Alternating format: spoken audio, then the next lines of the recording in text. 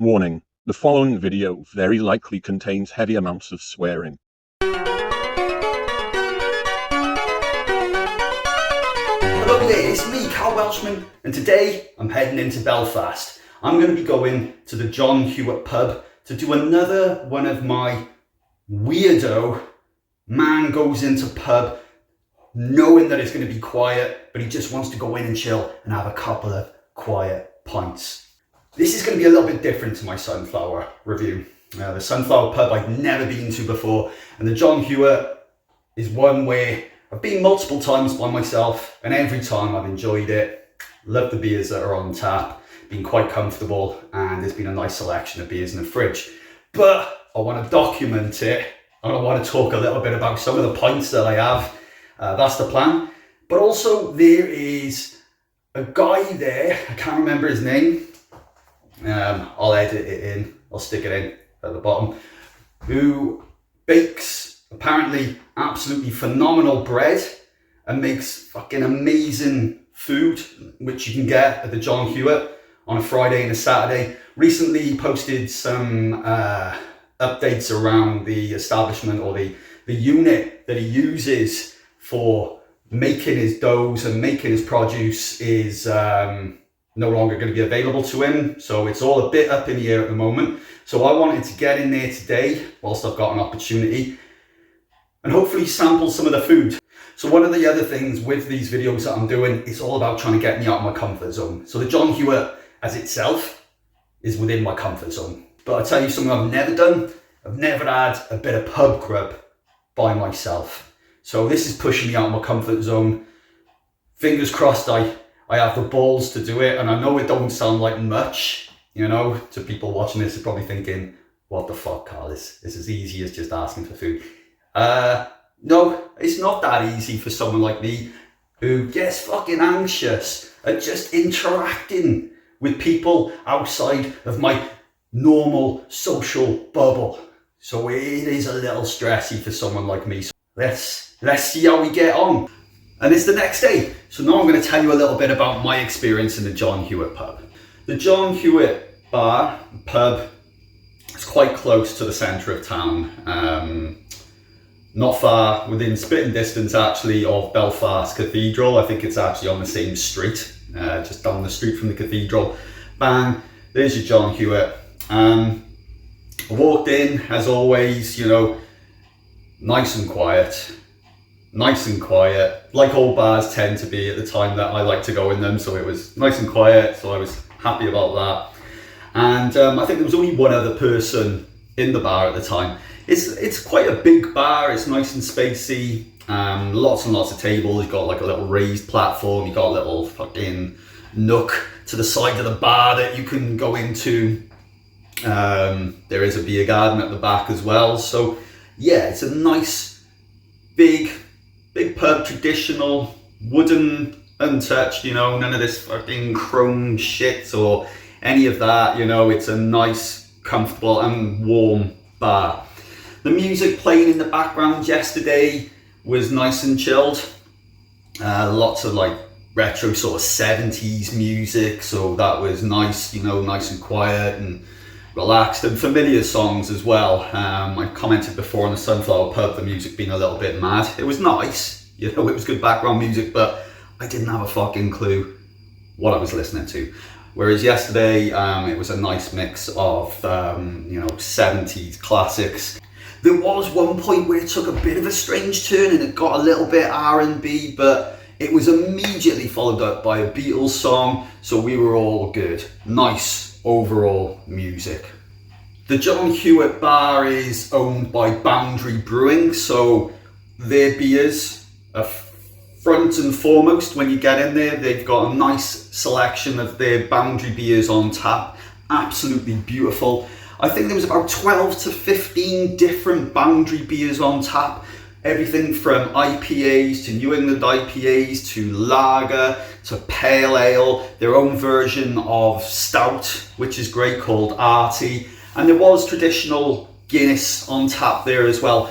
I can't say whether there is any of the other sorts, you know, like your Tenants or anything like that. I don't think there actually is, but you know what? that's not a bad thing, you know?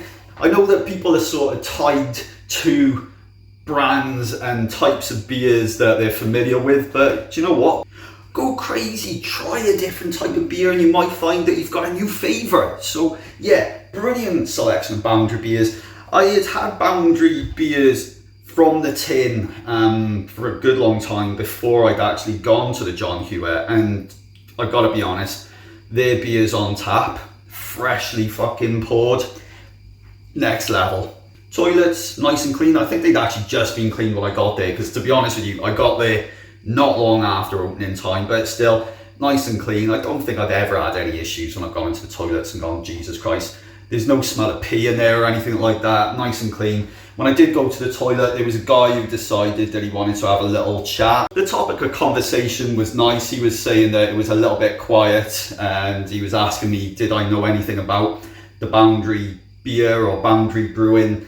And when I told him that they were local and that, you know, from Belfast, he actually got quite excited. He excitedly skipped out of the toilets after he'd finished doing what he was doing, leaving me with time to comfortably finish my wee in peace. Staff, absolutely lovely. I've never had a problem with the staff there. They've always been really, really nice. The lady that was behind the bar serving people was lovely, and she was chatting away to a guy at the bar. He had come in, was having a couple of pints, and yeah, it was friendly, you know, and it felt like when she was talking to the guy, she wasn't just talking because he was talking, you know, she actually was making a point of going over and continuing conversation and engaging with him, but just as much as he was engaging, if you know what I mean. So she wasn't being intrusive either. So yeah, I can't fault them, and all the staff, whenever I've gone in there, have always been really, really friendly as well. Now, did I order food? Yes, I did, guys. I did it.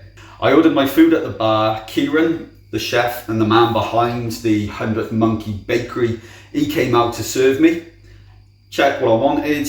Minutes later, my table was blessed with not only a lovely, delicious, fresh pint of Boundary beer, but a stunner of a burger surrounded by the sexiest fucking chips I've seen in my life. And I mean sexy. I went out and had a little peep at the beer garden. Now, I've never actually been out there before, so I thought, let's just go and have a little look. So you go out past the toilets. Yeah, you go out there and it's a quiet little spot, a few benches, it's all sheltered off, and it sort of runs into a lane area. I can't say it's the most beautiful beer garden I've ever seen, but it does the job. It's there, and you know, it's handy for people if you want to have an old smoky doke out the back there with your pints. You've got that option as well. Now, yesterday when I was in the pub, one of the first things I noticed when I walked in was they only had one fridge, and there used to be at least two. And now I know that doesn't sound like much, but we're talking great big tall fridges, usually filled from top to bottom with beers. Okay, two big fridges. So when I went over to the fridge yesterday, it was primarily Boundary beers. I did notice a few tins from Hopefully as well were also in there. So, you know, there was a few other random beers in there.